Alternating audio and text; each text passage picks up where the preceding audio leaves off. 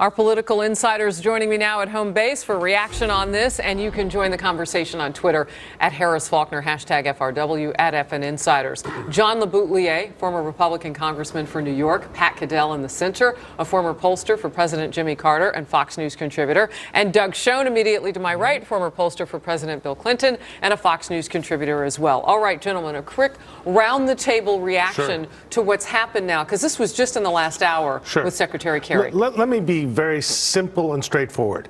Schoen's law, Lavrov plus Kerry equals capitulation.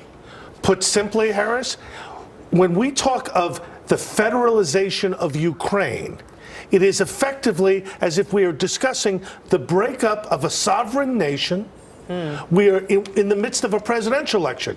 This is unbelievable that this is going on, and I must tell you, I'm deeply concerned. You know, it's interesting getting your take on it, because it was like it was code for something. Those are some interesting words, Pat. Yeah, well, this is what's happening. The president, who, by the way, no longer discusses the Crimea, was bad. I mean, look, Neville Chamberlain, the parallels are frightening. I say it every week. Czechoslovakia was cracked up, broken up in Slovakia into Czech. This is what's happening in the Ukraine. Putin called Obama, who he knows will fall over on his feet, and got him to telling him, I need Moldavia, I'm going to need the Baltic states. This is not going to stop. And his statement, I have no more territorial demands, is exactly what Adolf Hitler said in 1936. Wow. Exactly. You know, Harris, here's what we do know. That in banks in Zug, Switzerland, and Liechtenstein, Putin has over $40 billion of money under his friends' names that he controls there. This is his money. The way to deal with this guy is to get tough and to freeze his money, get the Western Europeans to agree, do it all privately and quietly, and tell Putin, and maybe we're doing that, I don't know, which is, you mess with another inch of sovereign territory and your money is kaput. Doug, is it too late? It isn't too late, but what John Kerry and President Obama need to do is to get some nerve and to say no.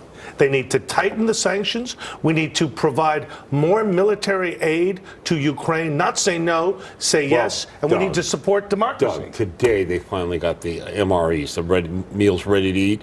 The things that are unedible. Wonderful. That's what we sent the Ukrainian military. And it took them 3 weeks or 4 weeks to get it there. This is, all I keep saying is that the team of clowns, in reference to Doris Kearns' team of rivals, the team of clowns who run our foreign policy, the disaster goes on, and no one's stopping it. What is the penalty here if we don't insert ourselves as a country in just the right position? We're surrendering everywhere. We face the breakup of Ukraine, the Transnistria region of Moldova, and the risk to the Baltic states. Putin wants to put the Soviet Union back together, and we're not stopping him. Yeah, he says the biggest disaster of the 20th century was the breakup of the Soviet Union. So if he's thinking that way, for him, the greatest thing in the 21st century would be to reassemble the Soviet Union. Now, Estonia, Latvia, and Lithuania are members of NATO. We are obligated to defend them. I'd like to hear... Yeah, let's talk about what that would look like. I would like to think that Obama should be reinforcing with NATO the military contingents in those three countries to say to Putin, if you come in there, you are going to war with NATO. And I think he's got to think twice about it. I want to say, in 1980, despite all the attacks on Jimmy Carter and our foreign policy and our administration being weak, when the Russians invaded Afghanistan, boy, did we start turning things on. The Carter Doctrine in the Middle East, the Olympics, a whole bunch of things, and efforts to, in fact, realize we are re-engaging in a hot, cold war. And this president will not realize anything. He's just, you tell me when he's going to make a stand. And the danger, Harris, is that when you don't, you will finally have to fight when you don't want to fight. The problem that's with interesting. that analogy Hold on one second, if you will, John, and I don't want to cut in, but in the interest of time, I want to make sure we talk about something that Pat's alluding to.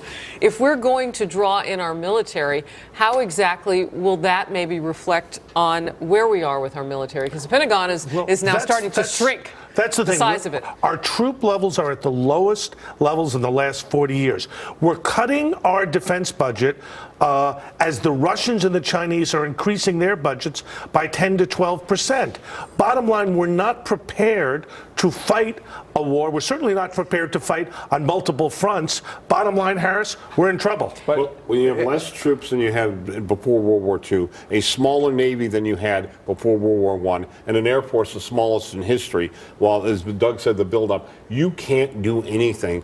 And this administration is committed to essentially, it seems like, unilateral disarmament. Well, let's be honest. Both parties agreed to cut the military. Okay, the sequester that has forced these budget cuts, both parties wrote that. So they've both done it. And remember, the Republican Party is the party that deserted one of Reagan's pillars that was a Republican success, which Peace is through strength. Peace through strength. They just basically gave it all up. Right. So there and that's is in the Bush administration. So there is a place Bushes. for someone to step up into the void. Doug, who will it be? I don't know. The sad thing is, Harris, there is no one sounding an alarm other than John McCain and Lindsey Graham. But bottom line, they're not going to be able to rally a broad coalition. No one running for president is. Nobody That's is. the important point. No one running for president is. No one running for president is talking about giving away the internet. No one running for president is talking about the space program. My God, I talked to major Republicans over the last several years who are, some of them who are on this network, who say, oh, nobody cares about the space program. Well, now we can't send anyone up. The Bush administration. We have to go to the Russians if we want to send. And they charge us a fortune. And what happens when they stop? The Chinese are moving on us. The Russians are moving on us. And by the way, folks, none of us want to go to war. But let me tell you, the outcome is when you're not strong, you will end up in a war and you won't like it. John, how does the world see us right now? I mean, Russia aside. Well, both the world, we know from polling around the world and in America, both see the same picture. America today is seen as weaker and less able to lead on a world stage than they were 6 years ago. And that's supported in the Fox News poll and other polls too. Right. Let's pop up one of the polls right now, and then I want to show you something else that's going to happen on Fox a little bit later tonight. Strength of the country today compared with 6 years ago, and this is what the people surveyed, Americans surveyed, said 52% in this Fox News poll said we are weaker, less powerful. Doug? By 3 to 1, we're weaker rather than stronger. Bottom line, I think that's accurate. The people that know this best, Harris, are our enemies. Yes. The Russians, the Syrians, the Chinese, the North Koreans, and the Iranians.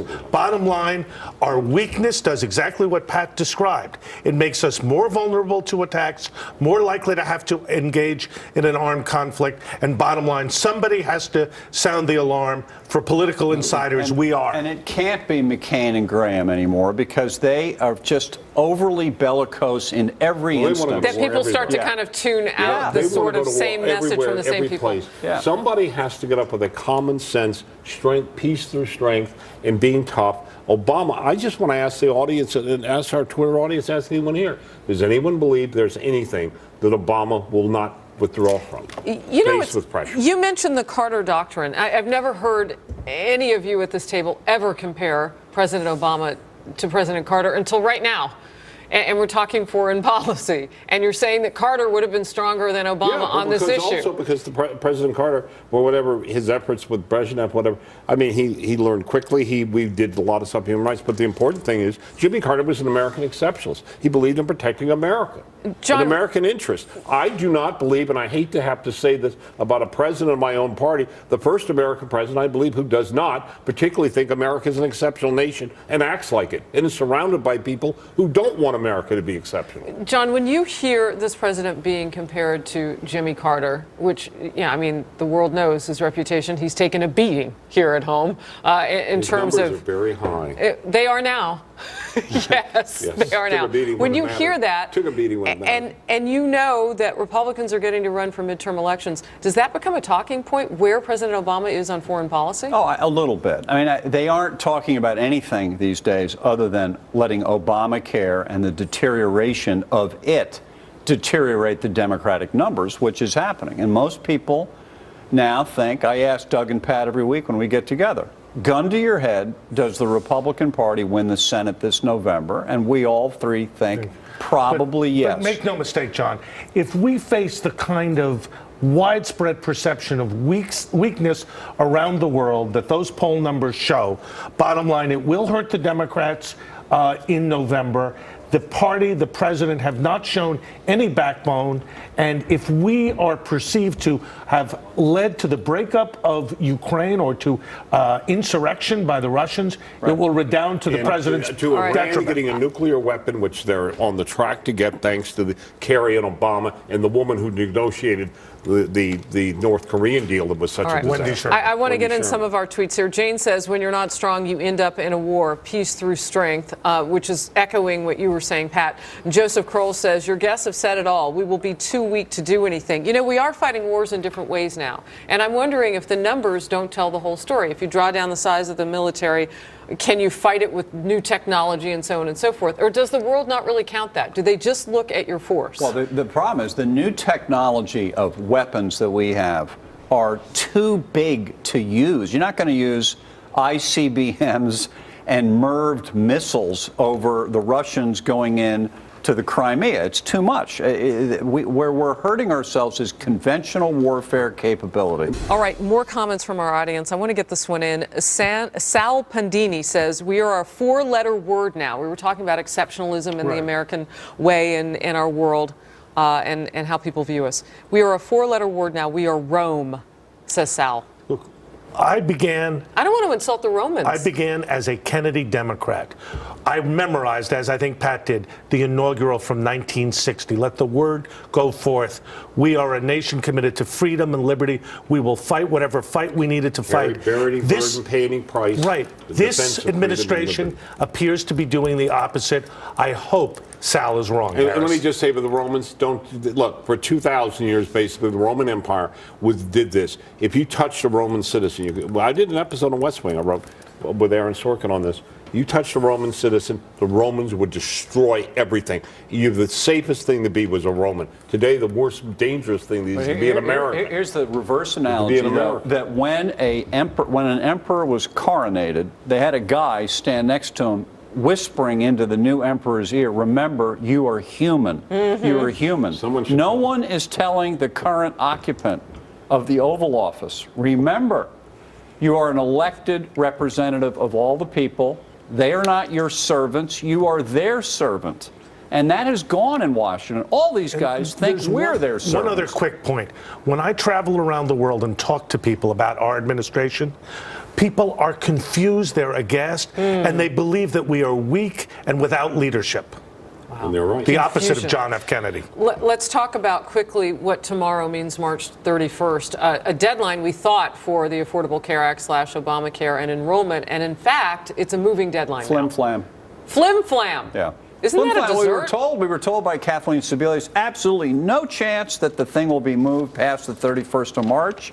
No way. Under oath in Congress, it cannot be moved. Bang, last Wednesday night they announced it's being moved. St. Claire Mitchell says on my Twitter page, I've been to the healthcare website. I could not register. Do I just wait on the penalty charges in my next tax statement?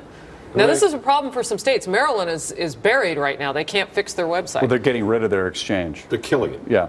And Oregon's falling apart. I mean, come on. You know what? All of this is basically the refusal to acknowledge that it needs to be fixed. We don't know who's paying. We don't know how many people who are canceled are signing up. Bottom line, we know there's a lot of traffic. That's all we know. I will just tell you this. If you believe the numbers that they're putting out, just in having studied the unemployment numbers, which we've discussed on the air before, let me tell you something.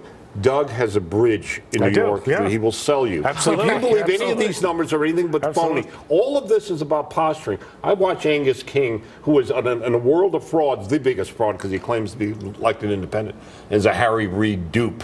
He was in there, sorry, 6 million, whatever. These people are in the business of promoting politics, just like in foreign policy. We care about our politics. We don't care about our country. Healthcare, the same thing. That's what the American people are about ready to riot over. And by the way, this week, we had a new health care plan put out there. As we have been saying for months on your interesting. show, the Republicans have to step forward with an alternative to Obamacare. And now we've got a plan. Can we talk about that right after the commercial? Absolutely. John, you say that Republicans were going to come forth with an alternative plan. Well, no, I said, as the three of us for months on your show, Harris, that the Republicans needed to come up with an alternative to Obamacare. And now we have an alternative. We Where did it finally come have an from? alternative, but it's not from the Republicans. It's from 6 Senate Democrats. We're about Trying to lose save their skin. Trying to save their skin in November. But Right. at least, and the plan they came up with, it mirrors many Republican proposals. Cross-border insurance. And all Harry that. Reid says it will not be brought up. Right, That's of how course not. serious Sure. it is. Come So on. they're not going to bring it up at all? Of course It's all not. politics. It's all politics. Let's talk about a couple of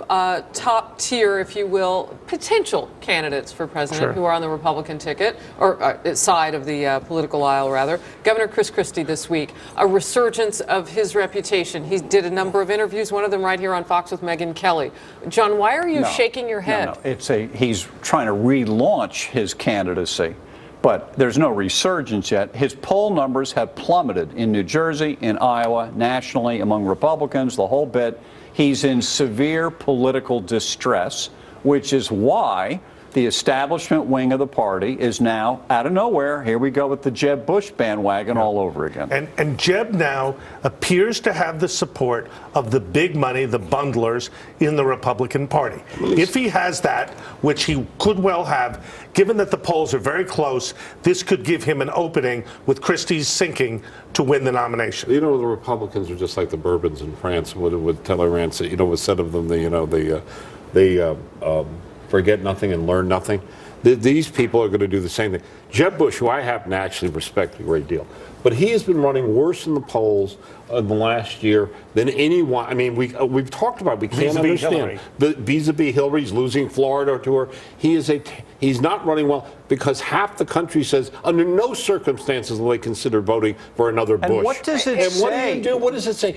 These guys are all about protecting their own comfort zones of the establishment Republicans and their own deals. But I Pat, wanna get also- this in. what does it say about our party system that we're going to have another Clinton and another Bush and nobody else can run for candidate president? Smith All right, is coming. Independent 02 on my Twitter page, right? So far, a little disappointed with the insiders this week. They let the Republicans off the hook. Where's the balance? And now you guys are bringing it in on the end We've here. criticized the Republicans on handling Ukraine, handling Russia, handling Handling foreign the economy. policy, handling Obamacare, and picking nominees. And we've been pretty tough on Obama. Bottom line, Independent 02 is right. We do need more independent voices. We try to do that.